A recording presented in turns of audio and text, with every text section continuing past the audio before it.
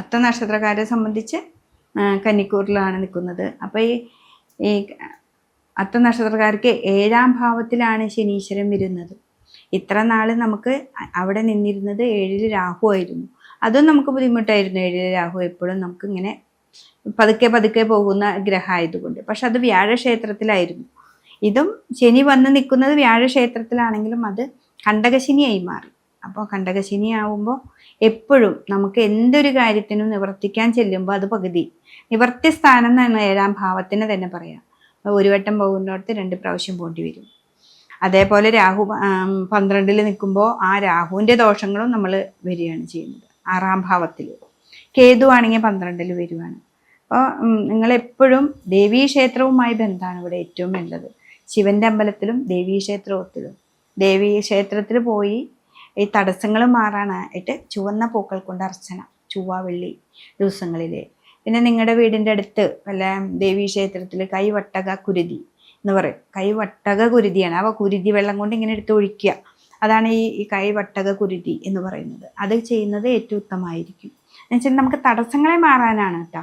ഇതൊക്കെ നമുക്ക് 7ൽ നിൽക്കുന്ന ശനി നമുക്കൊരു 5-6 മാസം പെട്ടെന്ന് ശനി മാർച്ച് 29-ാം തീയതി ഇതിലേക്ക് വരുമ്പോൾ നമുക്ക് പെട്ടെന്ന് ഒരു ഫ്ലോയിൽ നടന്നിരുന്ന കാര്യങ്ങൾ പലതും നമുക്ക് ഇത്തിരി ദോഷമായിട്ട് വരുമ്പോൾ ഈ കുരുതിയൊക്കെ കൊടുത്താൽ ഏറ്റവും നല്ലതാണ്. ശിവക്ഷേത്രത്തിൽ പോവുക. പിന്നെ ഇവർക്ക് കർമ്മത്തിൽ വ്യാഴം വന്ന് നിൽക്കുന്നത്. അപ്പോൾ കർമ്മത്തിൽ വ്യാഴം നിൽക്കുമ്പോൾ 10ൽ വ്യാഴല്ലേ ഏറ്റവും നല്ല ഗ്രഹമാണ് എന്നൊക്കെ ചിന്തിക്കാം. പക്ഷെ അതത്ര നന്ന ശോഭന ഫലങ്ങളൊന്നും നമുക്ക് തരുന്നില്ല. ഈ വ്യാഴത്തിന് വേണ്ടി നെയ്വിളക്ക് കൊടുക്കുക, അതേപോലെ തന്നെ മഞ്ഞപ്പട്ടിൽ പിടിപ്പണം കൊടുക്കുക. എന്നുവെച്ചാൽ കാര്യ തടസ്സങ്ങൾ വരുമ്പോൾ അറിഞ്ഞോ അറിയാതെയോ നമ്മൾ എന്തെങ്കിലും കുറ്റങ്ങളോ ദോഷങ്ങളൊക്കെ ചെയ്യാമല്ലോ നമുക്ക്. അപ്പോൾ അതിന് ഒരു പിടിപ്പണം മഞ്ഞപ്പട്ടിൽ സമർപ്പിക്കുക ഭഗവാന്. അപ്പോൾ അതിലിപ്പോൾ ദൈവാധീനം നമുക്ക് നന്നായിട്ട് വരികയും ചെയ്യും.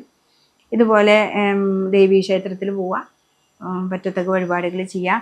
ദേവി മഹാത്മ്യ പുസ്തകം പറ്റുന്നവർ നന്നായിട്ട് വായിക്കുക. അതിൽ 11ാമത്തെ അധ്യായം നന്നായിട്ട് വായിക്കുക. ഏതെങ്കിലും ഒരു സന്ധ്യയിൽ ഒരു ആഴ്ചയിൽ 2 ദിവസമെങ്കിലും ചൊവ്വ വെള്ളി ദിവസങ്ങളിൽ നെയ്വിളക്കൊക്കെ വെച്ച് നമുക്ക് സ്വസ്ഥമായ മനസ്സോടുകൂടി പ്രാർത്ഥിക്കുകയാണെങ്കിൽ ഈ ഒരു വർഷം ഏറ്റവും നല്ല ഫലമായിട്ട് നമുക്ക് സാധിക്കുന്നതായിരിക്കും. പുറത്തേക്ക് വിദേശവാസം അങ്ങനെയൊക്കെയുള്ള കുട്ടികൾ, അങ്ങനെ പുറത്തേക്ക് പഠിക്കാനൊക്കെ പോകുന്ന കുട്ടികൾക്ക് ആദ്യം ഇത്തിരി തടസ്സമാണെങ്കിൽ അത് പോയാൽ നല്ലതാണ് കേട്ടോ.